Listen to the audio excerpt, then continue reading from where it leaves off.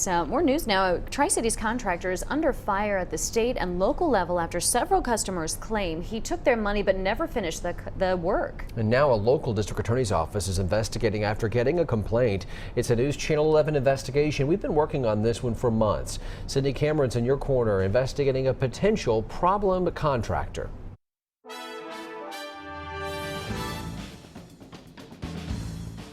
He promised the world. He didn't try to complete the job within a reasonable time. Ask these people about local plumber Glenn Harris, and none of them have anything good to say. And each one has a story that is similar to the next. Install 2 new railings at the edge of the patio sides, pour over poolside concrete, and slope it correctly.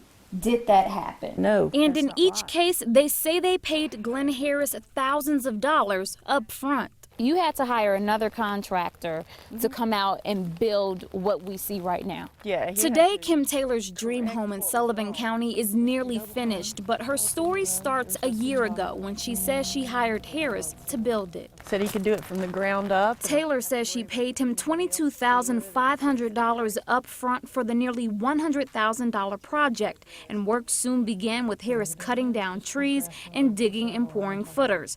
But then she says she noticed less and less work being done. There was just nothing going on. I question it every day. Where are you? Faye Atkins has a similar story. And I told him, I said, I'm losing confidence in what you tell me. We checked with the Tennessee Board for Licensing Contractors and found Harris has had 11 complaints filed against him dating back to 2000 and has received 3 warning letters. There are 4 open complaints against him now. Kim Taylor has 2 and Faye Atkins has 1. In hers, Kim Taylor claims Harris performed unlicensed work. So he told you that he could do it all. Yeah, and the contract states the same. In Tennessee, a contractor's license is required if the total cost of a project is $25,000 or more. Records show Harris has a limited licensed plumber's license. In a written response to Taylor's complaint that was submitted to state officials, Harris wrote that he agreed to, quote, supervise the licensed builder and never said he was one. But in a memo, an attorney for the Board for Licensing Contractors says, quote, the simple fact that he supervised the licensed builder would bring him under the definition of contractor under the Contractor Act. Sadly, this is an area that we deal with on a regular basis. Now, the Sullivan County District Attorney General's office is getting involved. Although they could not tell us what they are specifically investigating, Deputy District Attorney General Gene Perrin says his office has an open investigation into Glenn Harris after a complaint was made.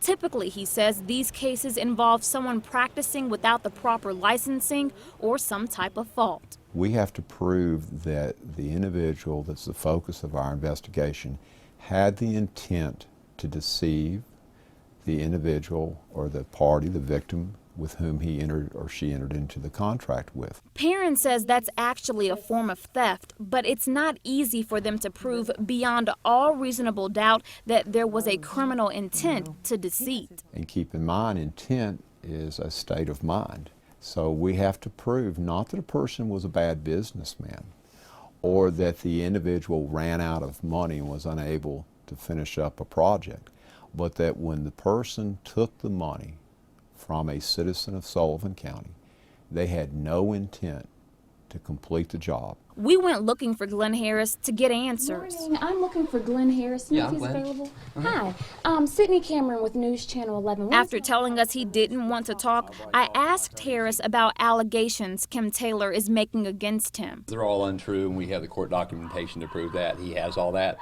and I'm actually suing her. Court documents show Harris sued Kim Taylor for breach of contract last summer, saying she wouldn't let him finish the contracted work on her house.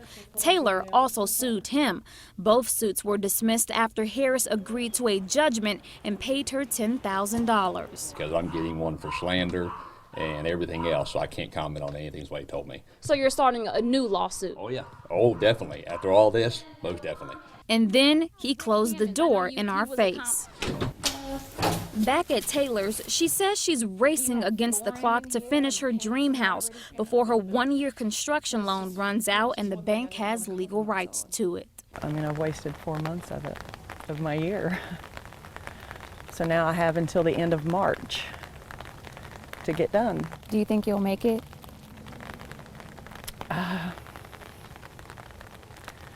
Honestly, no.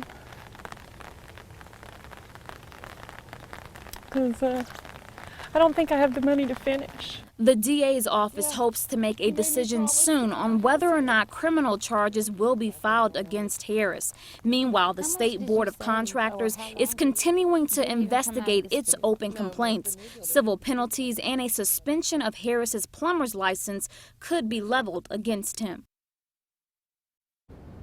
Glenn Harris reached out to me just days before this story was set to originally air. He agreed to sit down for an on-camera interview to talk about these allegations, but it never happened. He did provide me with some emails and what appears to be a breakdown of costs for the Kim Taylor job. In a phone conversation, Harris maintained his innocence and said he is still working with Faye Atkins on insurance claims. And although the porch railings still have not been installed, Harris says he would be glad to finish that job after Atkins hires someone to finish work around the pool area that he says he was not contracted to do.